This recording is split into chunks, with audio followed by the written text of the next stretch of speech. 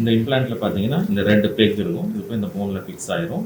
இந்த சர்ஃபேஸ் ரொம்ப வலுவலுன்னு நமக்கு வந்து அந்த பெட்டல் அப்படிங்கிற நீ கேப் வந்து மாறும்போது உராயும் போது நல்ல முறையில் நமக்கு இந்த முட்டு மடக்கி நீட்டுறதுக்கு இந்த மாதிரி ஹெல்ப்ஃபுல்லாக இருக்கும். இது வந்து டிபியா அப்படிங்கிறது காலுக்குள்ளே இங்கே போய் ஃபிக்ஸ் ஆயிரும். இந்த இம்ப்ளான்ட் ரெண்டையும் நம்ம ஃபிக்ஸ் பண்ணுறது போன் சிமெண்ட் அப்படிங்கிறது வச்சுருக்கோம்.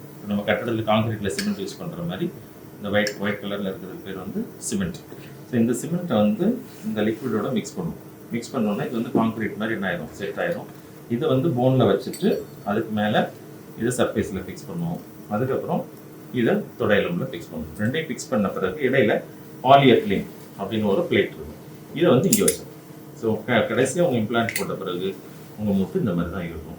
ஸோ இது வந்து இருக்கிறதுலே வந்து ரொம்ப நிறைய வருஷம் உழைக்கக்கூடியது. நமக்கு வந்து இந்த மெட்டீரியல்லாம் வந்து ரொம்ப காஸ்ட்லியாக உள்ள மெட்டீரியலில் செய்யப்பட்டது. அதனால லாங் ஹிஸ்ட்ரி, மோர் தென் 15-20 இயர்ஸாக வந்து என்ன செய்யுது, இது வந்து லாங் ஹிஸ்ட்ரியில் இருக்கிறனால இந்த அட்யூன் இம்ப்ளான்ட் அப்படிங்கிறது இந்த ரோபோட்டிக் மூலமாக நம்ம பண்ணும்போது நம்ம கொடுக்கும்போது லாங் லைஃப் வரும்.